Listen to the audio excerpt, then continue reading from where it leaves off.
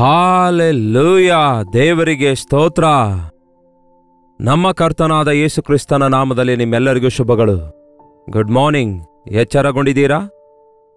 ಈಗೋ 2024ನೇ ವರ್ಷದ ಮಾರ್ಚ್ ತಿಂಗಳಿನ 23ನೇ ದಿನಕ್ಕೆ ಬಂದಿದ್ದೇವೆ. ಈ ವರ್ಷದ 3ನೇ ತಿಂಗಳಿನ ಕೊನೆಯವರೆಗೂ ದೇವರು ಕಾಪಾಡಿದ್ದಾರೆ.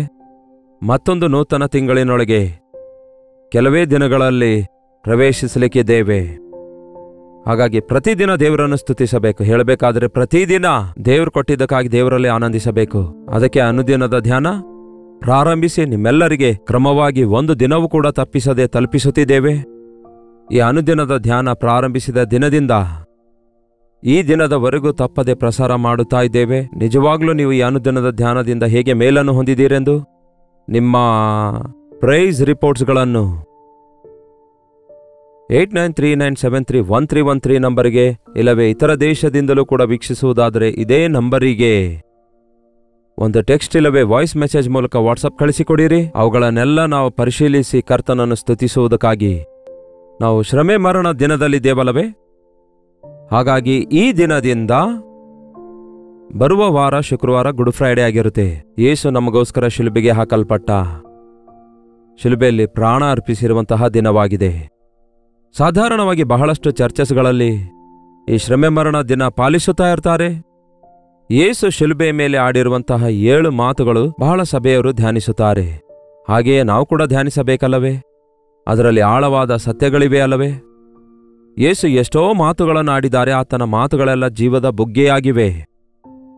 ಆದರೆ ಆತನು ಆ ಶಿಲುಬೆ ಮೇಲೆ ಮಾತಾಡಿದ ಕೊನೆಯ ಆ ಮಾತುಗಳು ನಮ್ಮ ಜೀವಿತಕ್ಕೆ ಎಷ್ಟೋ ಅವಶ್ಯಕವಾಗಿವೆ. ಹಾಗಾಗಿ ಕರ್ತನ ಚಿತ್ತವಿರುವುದಾದರೆ ಇಂದಿನಿಂದ ಮುಂದೆ ಬರುವ ಕೆಲವು ದಿನಗಳವರೆಗೂ ಆ 7 ಮಾತುಗಳನ್ನೆಲ್ಲ, ಅಂದರೆ ದಿನಕ್ಕೆ ಒಂದು ಮಾತಿನಂತೆ ಈ 7 ಮಾತುಗಳನ್ನು ಧ್ಯಾನಿಸೋಣ. ಸರಿನಾ? ಗುಡ್ ಫ್ರೈಡೆ ದಿನದಂದು ಯೇಸುವಿನ ಶಿಲುಬೆಯನ್ನು ಮುಖ್ಯವಾಗಿ ಧ್ಯಾನಿಸುವವರಾಗಿರ್ತೇವೆ. ಸಂಪೂರ್ಣವಾಗಿ ಆ ದಿನ ನೋಡಿಕೊಳ್ಳೋಣ.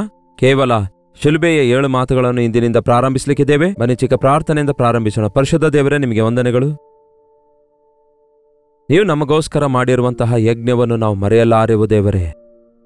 ಅದರಲ್ಲೂ ಮುಖ್ಯವಾಗಿ ಕನಿಷ್ಠ ವರ್ಷಕ್ಕೆ 1 ಸಾರಿ ಈ ರೀತಿಯಾಗಿ ಶಿಲುಬೆಯನ್ನು ಧ್ಯಾನಿಸುವುದಕ್ಕಾಗಿ, ಹೆಚ್ಚಾಗಿ ಧ್ಯಾನಿಸುವುದಕ್ಕಾಗಿ, ನಿಮ್ಮ ಪ್ರೀತಿಯನ್ನು ಮತ್ತೊಂದು ಸಾರಿ ಸವಿದುಕೊಳ್ಳುತ್ತಾ ನಿಮ್ಮ ಮಾತಿನಲ್ಲಿರುವಂತಹ ಸತ್ಯಗ್ರಹಿಸಿ ನಮ್ಮನ್ನು ನಾವು ಸರಿಮಾಡಿಕೊಳ್ಳಲು ಸಹಾಯ ಮಾಡುತ್ತಿರುವುದಕ್ಕಾಗಿ ನಿಮಗೆ ವಂದನೆಗಳು.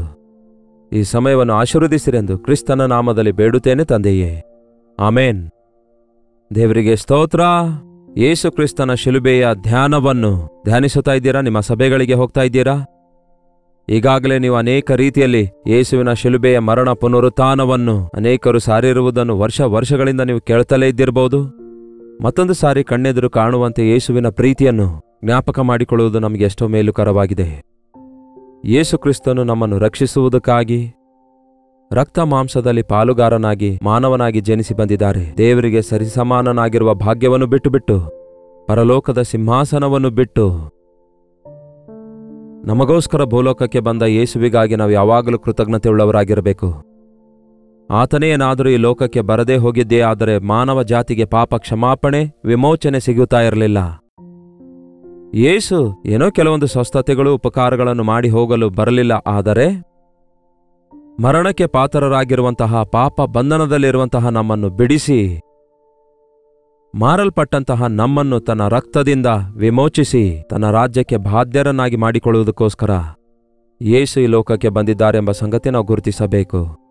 30 ವರ್ಷಗಳವರೆಗೂ ಆತನು ಅಜ್ಞಾತನಾಗಿದ್ದನು. ಆದರೆ 30 ವರ್ಷ ವಯಸ್ಸಿನಲ್ಲಿ ಆತನು ದೀಕ್ಷಾಸ್ನಾನ ತೆಗೆದುಕೊಂಡಾಗ ಪರಿಶುದ್ಧಾತ್ಮದೇವರು ಆತನ ಮೇಲೆ ಇಳಿದು ಬಂದು, ಈತನೇ ನನಗೆ ಮಗನು, ಈತನನ್ನು ನಾನು ಮೆಚ್ಚಿದ್ದೇನೆ ಎಂದು ಪರಲೋಕದಿಂದ ಒಂದು ವಾಣಿಯಾಯಿತೆಂದು ಕೇಳ್ತೇವಲ್ಲವೇ?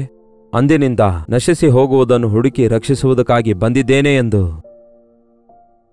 ಯೇಸು ಹುಡುಕುತ್ತಾ ಹೋಗಿ ಸೈತಾನನ ಬಂಧನದಲ್ಲಿರುವವರನ್ನೆಲ್ಲ, ಅವನಿಂದ ಪೀಡಿಸಲ್ಪಡುವವರನ್ನೆಲ್ಲ ಹಾಗೂ ಅನೇಕ ವಿಧವಾದಂತಹ ಪಾಪದ ನಿಮಿತ್ತ ಬಂಧಿಸಲ್ಪಟ್ಟು ನಷ್ಟ ಹೋಗಿರುವಂತಹ ವ್ಯಾಧಿಗಳಿಂದ, ಬಾಧೆಗಳಿಂದ, ಶ್ರಮೆಗಳಲ್ಲಿರುವಂತಹ ಮಾನವರಿಗೆ ಸ್ವಸ್ಥತೆಯನ್ನು ಉಂಟುಮಾಡಿ ಉಪಕಾರಗಳನ್ನು ಮಾಡಿ ಮುಖ್ಯವಾಗಿ ಅವರನ್ನು ಆಧರಿಸುತ್ತಾ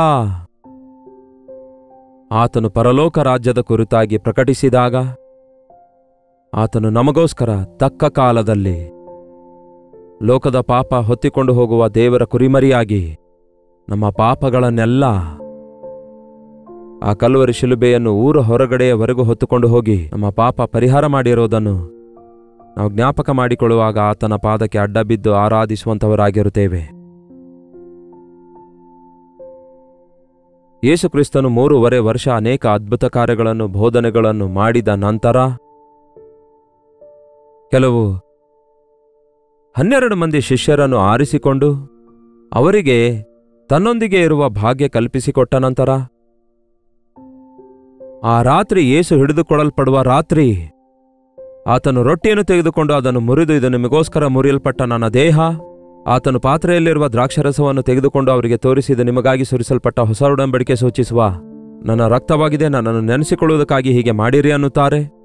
ಈ ರಾತ್ರಿ ಮನುಷ್ಯಕುಮಾರನು ಪಾಪಿಗಳ ಕೈಗೆ ಒಪ್ಪಿಸಲ್ಪಡುತ್ತಾನೆ. ಅವರು ಆತನನ್ನು ಹಿಂಸಿಸುತ್ತಾರೆ, ದೂಷಿಸುತ್ತಾರೆ, ಶಿಲುಬೆಗೆ ಹಾಕುತ್ತಾರೆ. 3ನೇ ದಿನದಲ್ಲಿ ನಾನು ಮೃತ್ಯುಂಜಯನಾಗಿ ಎದ್ದು ಬರ್ತೇನೆ ಎಂದು ಮುಂಚಿತವಾಗಿಯೇ ಶಿಷ್ಯರಿಗೆ ಹೇಳಿದರೂ ಸಹ ಅವರಿಗೆ ಅರ್ಥ ಆಗಲ್ಲ, ಅವರು ಗ್ರಹಿಸಿಕೊಳ್ಳಲಿಲ್ಲ. ಆ ರಾತ್ರಿ ಅದೇ ರೀತಿಯಲ್ಲಿ ಗೆತ್ಸೆಮನೆ ತೋಟದಲ್ಲಿ ಇಸ್ಕರಿಯೋತ ಯೂದನು 30 ಬೆಳ್ಳಿ ನಾಣ್ಯಕ್ಕಾಗಿ ಯೇಸುವನ್ನು ಮಾರಿಬಿಡ್ತಾನೆ. ಅದೇ ರಾತ್ರಿ ವೇಳೆಯಲ್ಲಿ ಆತನು ಗೆತ್ಸೆಮನೆ ತೋಟದಲ್ಲಿ ಪ್ರಾರ್ಥನೆಯಲ್ಲಿರುವಾಗ ಬಂಧಿಸಿ ಕೇಫನಾಗಿರುವ ಪ್ರಧಾನ ಯಾಜಕನ ಬಳಿಗೆ ಕೊಂಡೊಯ್ಯಲಾಗುತ್ತೆ. ಅಲ್ಲಿಂದ ಪಿಲಾತನ ಬಳಿಗೆ ಒಯ್ತಾರೆ. ಮತ್ತೆ ಅಲ್ಲಿಂದ ಹೆರೋದ ರಾಜನ ಬಳಿಗೆ ಒಯ್ತಾರೆ. ಅಲ್ಲಿಂದ ಮತ್ತೆ ಪಿಲಾತನ ಬಳಿಗೆ ಕರೆತಂದು ರಾತ್ರೋರಾತ್ರಿ ಅನ್ಯಾಯದ ತೀರ್ಪನ್ನು ವಿಧಿಸುತ್ತಾರೆ. ಈತನಲ್ಲಿ ಯಾವ ದೋಷವಿಲ್ಲ ಎಂಬುದಾಗಿ ಹೇಳಿದ ಪಿಲಾತನೇ ಆತನಿಗೆ ಶಿಲುಬೆ ಶಿಕ್ಷೆಯನ್ನು ವಿಧಿಸುತ್ತಾನೆ. ಕೊರಡಿ ಏಟಿನ ಶಿಕ್ಷೆ ವಿಧಿಸುವುದು, ಇದೆಲ್ಲವನ್ನು ನಾವು ನೋಡ್ತೇವೆ. ಬೈಬಲ್ ಓದಿದ್ರೆ ಗೊತ್ತಾಗತ್ತೆ. ಮತ್ತಾಯ, ಮಾರ್ಕ, ಲೂಕ, ಯೋಹಾನ ಸುವಾರ್ತೆಗಳಲ್ಲಿಯೇ ಕೊನೆಯ 3 ಅಧ್ಯಾಯ ಓದುವುದಾದರೆ ಬಹಳ ಚೆನ್ನಾಗಿ ನೀವು ಅರ್ಥ ಮಾಡಿಕೊಳ್ಳಬಲ್ಲಿರಿ. ಅಷ್ಟೊಂದು ಭಾರ ಆಗಿರುವ 150 kg ತೂಕ ಇರುವಂತಹ ಶಿಲುಬೆಯನ್ನು ಯೇಸುವಿನ ಭುಜದ ಮೇಲೆ ಹೊರಿಸಿ ಊರ ಹೊರಗಡೆ ಸೆಳೆದುಕೊಂಡು ಹೋಗಿ ಆತನನ್ನು ಶಿಲುಬೆಯ ಮೇಲೆ ಮಲಗಲು ಇಟ್ಟು ಆತನ ಕೈ ಕಾಲುಗಳಿಗೆ ಮೊಳೆ ಹೊಡೆಯುತ್ತಾರೆ. ಅವಾಗಲೇ ಆತನ ರಕ್ತವೆಲ್ಲ ಸುರಿದಿತು. ಒಂದು ಕಡಿಮೆ 40 ಕೊರಡೆ ಏಟುಗಳ ಶಿಕ್ಷೆಯನ್ನು ವಿಧಿಸಿದ್ರು. ಮೈಯೆಲ್ಲ ಗಾಯವಾಗಿತ್ತು. ಆತನ ತಲೆಗೆ ಮುಳುಕಿರೀಟ ಇಟ್ಟಿದ್ರು. ಆ ನಡು ಬಿಸಿಲಲ್ಲಿ ಶಿಲುಬೆಯ ಮೇಲೆ ನೇತಾಡಲ್ಪಡುವಾಗ 3 ಮಳೆ ಮೇಲೆ ನೇತಾಡಲ್ಪಡುವ ಯೇಸುವನ್ನು ನೋಡಿ ಅನೇಕರು ಅಪಹಾಸ್ಯ ಮಾಡ್ತಾರೆ. ಇನ್ನು ದೇವಕುಮಾರನಾಗಿದ್ರೆ ಇಳಿದು ಬಾ, ನಿನ್ನನ್ನು ರಕ್ಷಿಸಿಕೋ, ನಮ್ಮನ್ನು ಕೂಡ ರಕ್ಷಿಸು ಎಂದು ಹೇಳ್ತಾರೆ. ಮಾನಸಿಕವಾದ ವೇದನೆ, ಶಾರೀರಿಕವಾದ ಬಾಧೆ, ಅವಮಾನ, ನಿಂದೆ ನಿಮಗೋಸ್ಕರ ನನಗೋಸ್ಕರ ಯಾವ ಪಾಪವಿಲ್ಲದ ಯೇಸು ಸಹಿಸಿದ್ದಾರೆ ಎಂಬುದನ್ನು ನಾವು ಗ್ರಹಿಸಿಕೊಳ್ಳುವುದಾದರೆ ಧನ್ಯರಾಗುತ್ತೇವೆ. ಅಂತಹ ಬಾಧೆಯಲ್ಲಿ, ಅಂತಹ ಶ್ರಮೆಯಲ್ಲಿಯೂ ಕೂಡ ಆತನು ಆ 3 ಮಳೆಗಳ ಮೇಲೆ ಬೆಳಗ್ಗೆ 9 ಗಂಟೆಯಿಂದ ಮಧ್ಯಾಹ್ನ 3 ಗಂಟೆಯವರೆಗೂ ಆತನು ಹಾಗೆ ನೇತಾಡಲ್ಪಡುತ್ತಾ ಇರುವಾಗ, ಎಷ್ಟೊತ್ತಿನವರೆಗೂ? ಮಧ್ಯಾಹ್ನ 3 ಗಂಟೆವರೆಗೂ ಆತನು ಆ ರೀತಿ ಶಿಲುಬೆಯ ಮೇಲೆ ನೇತಾಡಲ್ಪಡುವಾಗ 6 ಗಂಟೆಗಳವರೆಗೂ ಆತನು ಹಾಗೆ ನೇತಾಡಲ್ಪಡುತ್ತಾನೆ. ಆ ಸಮಯದಲ್ಲಿ ಆತನು ಮಾತಾಡಿರುವ ಕೊನೆಯ 7 ಮಾತುಗಳು ಎಷ್ಟೋ ಶ್ರೇಷ್ಠವಾಗಿವೆ. ಅದರಲ್ಲಿ ಅಂತೂ ಒಂದು ಮಾತಾಡುವಾಗ ಬಹಳ ಕಷ್ಟವೆನಿಸಿತು. ಯಾಕೆಂದರೆ ಆಗಲೇ ಗಾಯಕ್ಕೊಳಗಾಗಿದ್ರು, 2 ಕೈಗಳ ಮೇಲೆ ನೇತಾಡಲ್ಪಡ್ತಾ ಇದ್ರು. ಉಸಿರೆಲ್ಲ ತೆಗೆದುಕೊಳ್ಳುತ್ತಾ ಮಾತಾಡುವುದಕ್ಕಾಗಿ ಪ್ರಯಾಸ ಪಡಬೇಕು. ಸಾಧಾರಣವಾಗಿ ಹಾಗೆ ಶಿಲುಬೆಗೆ ಹಾಕಲ್ಪಟ್ಟವರು ಜೋರಾಗಿ ಕೂಗಾಡ್ತಾರೆಂದು, ಹುಚ್ಚುಚ್ಚಾಗಿ ಕಿರ್ಚುತ್ತಾರೆಂದು, ಹುಚ್ಚುಚ್ಚಾಗಿ ಬೈತಾರೆಂದು, ಹುಚ್ಚು ಹಿಡಿದವರಾಗುತ್ತಾರೆ ಎಂದು ಕೂಡ ಹೇಳ್ತಾರೆ. ಅಷ್ಟೊಂದು ಬಾಧೆಯನ್ನು ನಮ್ಮ ಕರ್ತನು, ನಮ್ಮ ಯೇಸು ನನಗೋಸ್ಕರ ಸಹಿಸಿದಾರೆಂದು ನಾನು ಗ್ರಹಿಸಿದ ದಿನವೇ ನನ್ನ ಯೇಸುವಿಗೆ ನನ್ನ ಜೀವಿತ ಒಪ್ಪಿಸಿಕೊಟ್ಟೆ. ನೀವು ಗ್ರಹಿಸಿದಿರೋ ಇಲ್ಲವೋ, ಇದು ಕಥೆಯಲ್ಲ, ಇದು ನಿಜವಾಗಿದೆ. ನಮ್ಮ ಶ್ರಮೆಯನ್ನು ಅನುಭವಿಸಿ ನಮಗೋಸ್ಕರ ಸಹಿಸಿರುವಂತಹ ಯೇಸು, ಆತನು ಶಿಲುಬೆ ಹೊತ್ಕೊಂಡು ಬರುವಾಗ ಆತನ ಮೇಲೆ ಗೇಲಿ ಮಾಡ್ತಾ ಇದ್ರು. ನೀನು ದೇವಕುಮಾರನಾಗಿದ್ರೆ ತಪ್ಪಿಸಿಕೋ ಅಂದಿದ್ರು. ಶಿಲುಬೆಯಿಂದ ಇಳಿದು ಬಾ, ನಿನ್ನನ್ನು ನೀನು ರಕ್ಷಿಸಿಕೋ, ನಮ್ಮನ್ನು ಕೂಡ ರಕ್ಷಿಸು ಎಂದು ಗೇಲಿ ಮಾಡ್ತಾ ಇದ್ರೆ, ಒಂದು ಕಡೆ ಆತನಿಗೆ ಗಾಯಗೊಳಿಸಿ ಗೇಲಿ ಮಾಡುತ್ತಾ ಆತನಿಗೆ ಪರಿಹಾಸ ಮಾಡುತ್ತಾ ಇದ್ರೆ, ದೂಷಿಸುತ್ತಾ ಇದ್ರೆ, ಬಲವನ್ನೆಲ್ಲ ತಂದುಕೊಂಡು ಆತನು ಆಡಿರುವ ಮೊಟ್ಟ ಮೊದಲ ಮಾತು ಲೂಕ ಸುವಾರ್ತೆ 23ನೇ ಅಧ್ಯಾಯ 34ನೇ ವಚನದಲ್ಲಿ ನೋಡ್ತೇವೆ. ತಂದೆಯೇ, ಅವರಿಗೆ ಕ್ಷಮಿಸು, ತಾವು ಏನು ಮಾಡುತ್ತೇವೆ ಎಂಬುದನ್ನು ಅರಿಯರು. ಏನಂತೆ? ತಂದೆಯೇ, ಇವರು ಏನು ಮಾಡುತ್ತಾರೆಂಬುದನ್ನು ಅರಿಯದೇ ಇರುವುದರಿಂದ ಇವರನ್ನು ಕ್ಷಮಿಸು, ಕ್ಷಮಿಸು ನಮಗೋಸ್ಕರ ತಂದೆಯ ಬಲಪಾರ್ಶ್ವದಲ್ಲಿ ಕೂತ್ಕೊಂಡು ಈ ದಿನವೂ ಕೂಡ ಆತನ ಮಾತು ಕೇಳದೆ ತಿರುಗಾಡುತ್ತಿರುವ ನಮ್ಮನ್ನು, ಆತನ ಪ್ರೀತಿ ನಿರ್ಲಕ್ಷ್ಯ ಮಾಡುತ್ತಿರುವಂತಹ ನಮ್ಮನ್ನು, ಆತನ ನಾಮವನ್ನು ಅವಮಾನಗೊಳಿಸುತ್ತಿರುವ ನಮ್ಮನ್ನು, ಆತನಿಗೆ ಅಪಹಾಸ್ಯಗೊಳಿಸುತ್ತಿರುವವರನ್ನು ಆತನು ಕ್ಷಮಿಸುತ್ತಾ ವಿಜ್ಞಾಪನೆ ಮಾಡ್ತಿದ್ದಾರೆ ತಂದೆಗೆ ನಮ್ಮನ್ನು ಕ್ಷಮಿಸಬೇಕೆಂದು. ತಂದೆಯೇ, ಇವರು ಏನು ಮಾಡುತ್ತಿದ್ದಾರೆಂದು ಅರಿಯದೇ ಇರುವುದರಿಂದ ಇವರನ್ನು ಕ್ಷಮಿಸಿರಿ. ಕ್ಷಮಾಪಣೆ, ಕ್ಷಮಿಸುವುದು ಹೇಗೆ ಎಂದು ಯೇಸು ಶಿಲುಬೆಯಲ್ಲಿ ಕಲಿಸಿದ್ದಾರೆ ಪ್ರಿಯರೇ. ಆತನು ನಮ್ಮನ್ನು ಕ್ಷಮಿಸಿರುವ ಪ್ರಕಾರ ನಾವು ಕೂಡ ನಮ್ಮ ವಿರೋಧಿಗಳನ್ನು ಕ್ಷಮಿಸಬೇಕೆಂದು ದೇವರು ಕಲಿಸುತ್ತಿದ್ದಾರೆ. ಆ ಅವಮಾನವನ್ನು, ನಿಂದೆಯನ್ನು, ಶ್ರಮೆಯನ್ನು, ಬಾಧೆಯನ್ನು ಸಹಿಸಿ ಅವುಗಳಿಗೆ ಗುರಿಪಡಿಸಿದವರನ್ನು ಕ್ಷಮಿಸುವಂಥದ್ದು ಅಷ್ಟು ಸುಲಭವಲ್ಲ. ಆದರೆ ದೈವತ್ವವನ್ನು, ಪ್ರೀತಿಯನ್ನು, ಪಾಪ ಕ್ಷಮಾಪಣೆಯನ್ನುಂಟು ಮಾಡುವ ದೇವರಾಗಿ ಲೋಕಕ್ಕೆ ಯೇಸು ಬಂದಿರೋದ್ರಿಂದ ಆತನ ಮೊದಲ ಮಾತೆ, ತಂದೆಯೇ, ಇವರೇನ್ ಮಾಡುತ್ತಿರುವರೆಂದು ಅರಿಯರು, ಇವರನ್ನು ಕ್ಷಮಿಸಿರಿ. ಇವರಿಗೆ ಗೊತ್ತಿಲ್ಲ, ಕ್ಷಮಿಸಿರಿ. ಈ ದಿನ ಯೇಸು ಶಿಲುಬೆಯಿಂದ ನಮಗೆ ಕಲಿಸುವಂತಹ ಮೊದಲನೆಯ ಪಾಠ, ಕ್ಷಮಿಸುವುದನ್ನು ಕಲಿತುಕೊಳ್ಳಿರಿ. ಯೇಸುವೇ, ನಮಗೆ ಪ್ರಾರ್ಥಿಸುವುದನ್ನು ಕಲಿಸಿಕೊಡಿ ಎಂದು ಶಿಷ್ಯರು ಕೇಳಿದಾಗ ಯೇಸು ಒಂದು ಕ್ಲುಪ್ತವಾದ ಪ್ರಾರ್ಥನಾ ವಿಧಾನವನ್ನು ಕಲಿಸುತ್ತಾರೆ. ಗೊತ್ತಲ್ಲವೇ? ಮತ್ತಾಯನ ಸುವಾರ್ತೆ 6ನೇ ಅಧ್ಯಾಯ 12ನೇ ವಚನ. ಮತ್ತಾಯನ ಸುವಾರ್ತೆ 6ನೇ ಅಧ್ಯಾಯ 12ನೇ ವಚನದಲ್ಲಿ ಆ ಪ್ರಾರ್ಥನೆ ಬಗ್ಗೆ ನೋಡ್ತೇವೆ ನೋಡಿ. ಏನಂತೆ? ನಮಗೆ ತಪ್ಪು ಮಾಡಿದವರನ್ನು ನಾವು ಕ್ಷಮಿಸಿದಂತೆ ನಮ್ಮ ತಪ್ಪುಗಳನ್ನು ನೀನು ಕ್ಷಮಿಸು. ಏನಂತೆ? ನಮಗೆ ತಪ್ಪು ಮಾಡಿದವರನ್ನು ನಾವು ಕ್ಷಮಿಸಿದಂತೆ ನಮ್ಮ ತಪ್ಪುಗಳನ್ನು ಕ್ಷಮಿಸು. ಇದೇ ವಚನ ಲೂಕನ ಸುವಾರ್ತೆ 11:4 ಕೂಡ ಇನ್ನೂ ಸ್ವಲ್ಪ ಡಿಫ್ರೆಂಟ್ ಆಗಿದೆ ನೋಡಿರಿ. ಲೂಕನ ಸುವಾರ್ತೆ 11ನೇ ಅಧ್ಯಾಯ 4ನೇ ವಚನ. ನಮಗೆ ತಪ್ಪು ಮಾಡಿರುವ ಪ್ರತಿಯೊಬ್ಬನನ್ನು ನಾವು ಕ್ಷಮಿಸುತ್ತೇವಾದದ್ದರಿಂದ ನಮ್ಮ ಪಾಪಗಳನ್ನು ಕ್ಷಮಿಸು. ನಾವು ಇತರರನ್ನು ಕ್ಷಮಿಸುತ್ತಿದ್ದೇವೆ, ನಮ್ಮನ್ನು ನೀನು ಕ್ಷಮಿಸು. ಕ್ಷಮಿಸಿರಿ, ಆಗ ಕ್ಷಮಿಸಲ್ಪಡುತ್ತೀರಿ. ನಾವು ಬಹಳಷ್ಟು ಸಾರಿ ದೇವರ ಬಳಿಗೆ ಹೋಗಿ ಕ್ಷಮಿಸಿ ದೇವರೇ, ನಮ್ಮನ್ನು ಕ್ಷಮಿಸಿ ಎಂದು ಬೇಡುತ್ತೇವೆ. ಆದರೆ ನಮಗೆ ವಿರೋಧವಾಗಿ ತಪ್ಪು ಮಾಡಿದವರನ್ನು, ನಮಗೆ ವಿರೋಧವಾಗಿ ಮಾತಾಡಿದವರನ್ನು, ಬಾಧೆ ಉಂಟು ಮಾಡಿದವರನ್ನು, ಹಿಂಸಿಸಿದವರನ್ನು ನಾವು ಸಹಿಸಿಕೊಳ್ಳೋದಿಲ್ಲ, ನಾವು ಕ್ಷಮಿಸುವುದಿಲ್ಲ.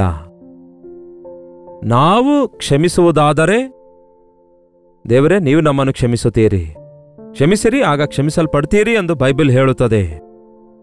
ಯೇಸು ಹೇಳಿದ್ದಾರೆ, ಈ ಲೋಕದಲ್ಲಿ ನಾವು ಸಮಾಧಾನಕರವಾಗಿರಬೇಕಾದರೆ ಕ್ಷಮಿಸುವುದನ್ನು ಕಲಿಯಬೇಕು. ನಿಮಗೆ ಏನೇ ಇದ್ರೂ ಕ್ಷಮಿಸುವಂತಹ ಮನಸ್ಸು ನಿಮಗಿಲ್ಲದಿದ್ದರೆ ನಿಮಗೆ ಪ್ರಶಾಂತತೆ ಇರೋದಿಲ್ಲ. ನಿಮಗೆ ಹಾನಿ ಮಾಡಿರುವಂತಹ ಆ ವ್ಯಕ್ತಿಗಳನ್ನು ಒಂದು ವೇಳೆ ನೀವು ಕ್ಷಮಿಸಲಾರದೇ ಇದ್ದರೆ, ಅವರನ್ನು ಕ್ಷಮಿಸದೇ ಇದ್ದರೆ ಅದು ನಿಮಗೆ ಬಾಧೆಯಾಗಿರುತ್ತೆ. ನಮ್ಮ ವಿರೋಧಿಗಳ ಕುರಿತು ಎಷ್ಟು ನಾವು ಯೋಚಿಸುತ್ತಾ ಇರ್ತೇವೋ ಅಷ್ಟು ನಮ್ಮನ್ನು ನಾವು ಬಾಧೆಪಡಿಸಿಕೊಳ್ತಿದ್ದೇವೆಂದು ಗುರುತಿಸಬೇಕು. ನಾವು ಪರಲೋಕದಲ್ಲಿರುವಂತಹ ದೇವರ ಮಕ್ಕಳಾಗಿ ಲೋಕದಲ್ಲಿರಬೇಕಾದರೆ ಏಟಿಗೆ ಏಟು, ಕಣ್ಣಿಗೆ ಕಣ್ಣು, ಹಲ್ಲಿಗೆ ಹಲ್ಲು ಅನ್ನುವಂತೆ ಇರಬಾರದು. ನಮ್ಮನ್ನು ದ್ವೇಷಿಸುವವರನ್ನೇ ದ್ವೇಷಿಸಿ, ನಮ್ಮನ್ನು ಬಾಧೆಪಡಿಸಿದವರನ್ನು ಬಾಧೆಪಡಿಸಿ ಕಕ್ಷ ತೀರಿಸಿಕೊಳ್ಳುವುದೇ ಜೀವಿತ ಅಂದುಕೊಳ್ಳುವುದಾದರೆ ಇನ್ನು ಯೇಸು ಕ್ರಿಸ್ತನನ್ನು ನಂಬುವುದೇ ಯಾಕೆ? ಯೇಸುವಿನ ಮಕ್ಕಳಾಗಿರುವ ನಾವು ಲೋಕಸ್ಥರಂತಿರದೆ ಯೇಸುವಿನ ಪ್ರೀತಿಯನ್ನು ಹೊಂದಿಕೊಳ್ಳಬೇಕು, ಕ್ಷಮಿಸಬೇಕು, ಆಗ ಕ್ಷಮಿಸಲ್ಪಡ್ತೇವೆ. ಒಂದು ದೊಡ್ಡ ಸಂದೇಶ ಚಿಕ್ಕ ಮಾತಿನಲ್ಲಿ ಯೇಸು ಕೊಟ್ಟಿದ್ದಾರೆ. ನಿಮ್ಮ ಬದುಕಿನಲ್ಲಿ ಕ್ಷಮಿಸುವುದನ್ನು ಕಲಿತುಕೊಳ್ಳಿರಿ, ಆಗ ನೀವು ಕ್ಷಮಿಸಲ್ಪಡ್ತೀರಿ. ಇತ್ತೀಚೆಗೆ ಇದೇ ವಾಕ್ಯದ ಮೇಲೆ ಚಿಕ್ಕ ಸಂದೇಶ ಕೂಡ ಕೇಳಿದ್ದೀರಿ. ಈ ದಿನ ಮತ್ತೊಮ್ಮೆ ಪರಿಶುದ್ಧಾತ್ಮ ದೇವರು ಅದೇ ವಿಷಯವನ್ನು ಜ್ಞಾಪಕಗೊಳಿಸುತ್ತಿದ್ದಾರೆ. ನೀವಿನ್ನೂ ನಿಮ್ಮ ಜೀವಿತದಲ್ಲಿ ಕ್ಷಮಿಸಲಾರದ ವ್ಯಕ್ತಿಯಾಗಿದ್ದೀರಾ? ಅದು ನಿಮ್ಮ ಗಂಡಾಗಿರ್ಬೋದು, ನಿಮ್ಮ ಹೆಂಡತಿಯಾಗಿರ್ಬೋದು, ನಿಮಗೆ ದ್ರೋಹ ಮಾಡಿರುವ ವ್ಯಕ್ತಿಯಾಗಿರಬಹುದು, ನಿಮಗೆ ಶ್ರಮೆಯ ಪಾಲು ಮಾಡಿದವರಾಗಿರಬಹುದು, ನಿಮಗೆ ಅಪಕಾರ ಮಾಡಿದವರಾಗಿರಬಹುದು. ತಂದೆಯೇ, ಅವರೇನು ಮಾಡುತ್ತಾರೆಂದು ಅವರು ಅರಿಯದೇ ಇರುವುದರಿಂದ ಅವರನ್ನು ಕ್ಷಮಿಸಿರಿ ಎಂಬ ಪ್ರಾರ್ಥನೆ ನೀವು ಮಾಡಿದ ದಿನ ನೀವು ಆಶೀರ್ವದಿಸಲ್ಪಡ್ತೀರಿ. ಅವರನ್ನು ಕೂಡ ರಕ್ಷಣೆಗೆ ನಡೆಸುವಂತಹ ವ್ಯಕ್ತಿಯಾಗಿ ಮಾರ್ಪಡ್ತೀರಿ. ಯೇಸು ಶಿಲುಬೆ ಮುಂದೆ ಕಮಾಂಡರ್ ಒಬ್ಬನು ಇದ್ದನು, ಆ ಶತಾಧಿಪತಿ ಒಬ್ಬನಿದ್ದನು. ಆತನಿಗೆ ಹೊಡೀರಿ ಎಂದು ಸೈನಿಕರಿಗೆಲ್ಲ ನಡೆಸಿರುವಂತಹ ವ್ಯಕ್ತಿ ಆ ಪ್ರಾರ್ಥನೆ ಕೇಳಿದನು ಅಂದುಕೊಳ್ತೇನೆ. ಆ ಶಿಲುಬೆಯ ದೃಶ್ಯ ನೋಡಿದನು. ಯೇಸು ಈಗೋ ತಂದೆಯೇ ನನ್ನ ಆತ್ಮ ನಿನ್ನ ಕೈಗೆ ಒಪ್ಪಿಸುತ್ತೇನೆ ಅಂದಾಗ ಏನ್ ಹೇಳ್ತಾನೆ ಗೊತ್ತಾ? ಈತನು ನಿಜವಾಗ್ಲೂ ದೇವಕುಮಾರನಾಗಿದ್ದಾನೆ. ನೋಡಿ, ದೇವರ ಮನಸ್ಸು ನಮ್ಮೊಳಗೆ ಬರಬೇಕಾದರೆ ದೇವರ ಕ್ಷಮಾಪಣೆ ನಾವು ಹೊಂದಿಕೊಂಡಿರಬೇಕು. ಕ್ಷಮಿಸಿರಿ, ಆಗ ನೀವು ಕ್ಷಮಿಸಲ್ಪಡುವಿರಿ. ಯೇಸುವೆ, ನನಗೆ ಕ್ಷಮಿಸುವುದನ್ನು ಕಲಿಸಿಕೊಡಿರಯ್ಯ ಎಂದು ಕರ್ತನ ಸನ್ನಿಧಿಯಲ್ಲಿ ಪ್ರಾರ್ಥಿಸೋಣವೇ? ಬನ್ನಿ ಪ್ರಾರ್ಥಿಸೋಣ. ಪರಿಶುದ್ಧನೇ, ಪ್ರೀತಿಯುಳ್ಳ ತಂದೆಯೇ, ಕಲ್ವರಿ ಶಿಲುಬೆಯ ಮೇಲೆ ನೀವು ನೇತಾಡುತ್ತಾ ನಮಗೆ ಕಲಿಸಿರುವ ಈ ಮೊದಲ ಪಾಠ, ನಿಮ್ಮ ಮೊದಲನೆಯ ಮಾತು ನಮ್ಮ ಜೀವಿತದ ಎಲ್ಲಾ ವೇಳೆಯಲ್ಲಿ ಪಾಲಿಸಲು ಸಹಾಯ ಮಾಡಿರಿ. ಇತರರು ನಮಗೆ ವಿರುದ್ಧವಾಗಿ ಮಾಡಿರುವ ಪ್ರತಿ ತಪ್ಪನ್ನು, ಪ್ರತಿ ಕೇಡನ್ನು, ಮಾತಾಡಿರುವ ಪ್ರತಿ ಕೆಟ್ಟ ಮಾತನ್ನು, ಇವನ್ ಪ್ರತಿ ದ್ರೋಹವನ್ನು ಕ್ಷಮಿಸಬಲ್ಲಂತಹ ವಿಶಾಲವಾದ ಕ್ರಿಸ್ತೇಸುವಿನಲ್ಲಿದ್ದಂತಹ ಮನಸ್ಸನ್ನು ನಮಗೆ ದಯಪಾಲಿಸಿರಿ. ನಿಮಗೆ ವಿರೋಧವಾಗಿ ನಾವು ಮಾಡಿರುವ ಅನೇಕ ದೋಷಗಳು ಕ್ಷಮಿಸಲ್ಪಡುವ ಹಾಗೆ ತಿಳಿದೋ ತಿಳಿಯದೋ ನಿಮಗೆ ಬಾಧೆಪಡಿಸುತ್ತಿರುವಂತಹ ನಮ್ಮನ್ನು ಕ್ಷಮಿಸಿರಿ. ಮೇಲಿಂದ ಮೇಲೆ ನೀವು ಕೊಡುವ ಕ್ಷಮಾಪಣೆಯನ್ನು ನಾವು ಹೊಂದಿಕೊಂಡು ನಿಮ್ಮ ಬರೋಣಕ್ಕೋಸ್ಕರ ಕಾದು ಎದುರು ನೋಡಲು ಸಹಾಯ ಮಾಡಿರೆಂದು ಕ್ರಿಸ್ತನ ನಾಮದಲ್ಲಿ ಬೇಡುತ್ತೇನೆ ತಂದೆಯೇ, ಅಮೇನ್. ತಂದೆಯಾದ ದೇವರ ಪ್ರೀತಿಯು, ಮಗನಾಗಿರುವ ಕ್ರಿಸ್ತನ ಕೃಪೆಯು, ಆದರಣೆಕರ್ತನಾದ ಪವಿತ್ರಾತ್ಮನ ಸಹವಾಸವು ಕೂಡಿ ಬಂದಿರುವ ನಮ್ಮೆಲ್ಲರ ಸಂಗಡ ಇಂದಿಗೂ ಸದಾಕಾಲಕ್ಕೂ ನೆಲೆಯಾಗಿರಲಿ. ಆಮೇನ್. ನಿಮ್ಮ ಪ್ರಾರ್ಥನಾ ಮನವಿ 8939731313 ನಂಬರ್ಗೆ ಒಂದು ಟೆಕ್ಸ್ಟ್ ಇಲ್ಲವೇ ವಾಯ್ಸ್ ಮೆಸೇಜ್ ಮೂಲಕ ವಾಟ್ಸಪ್ ಅನ್ನು ಕಳಿಸಿಕೊಡಿರಿ.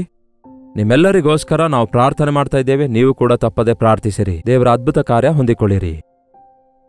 ಕರ್ತನ ಚಿತ್ತವಿರುವುದಾದರೆ ಮತ್ತೆ ಇದೇ ಅನುದಿನದ ಧ್ಯಾನದಲ್ಲಿ ನಾಳೆ ಬೆಳಗ್ಗೆ ಭೇಟಿಯಾಗೋಣ. ನಿಮ್ಮ ಚರ್ಚಸ್ನಲ್ಲಿ ನಡೆಯುವಂತಹ ಎಲ್ಲಾ ಪ್ರಾರ್ಥನಾ ಕೂಟಗಳಲ್ಲಿ ಪಾಲ್ಗೊಳ್ಳಿರಿ. ದೇವರ ಸನ್ನಿಧಿಯಲ್ಲಿ ಕೂಡಿ ಬಂದು ಆತನ ಶಿಲುಬೆಯ ಬಗ್ಗೆ ಧ್ಯಾನ ಮಾಡಿರಿ. ಅಲ್ಲಿವರೆಗೂ ದೇವರ ಮಹಾಕೃಪೆ ನಿಮ್ಮೆಲ್ಲರೊಂದಿಗಿರಲಿ.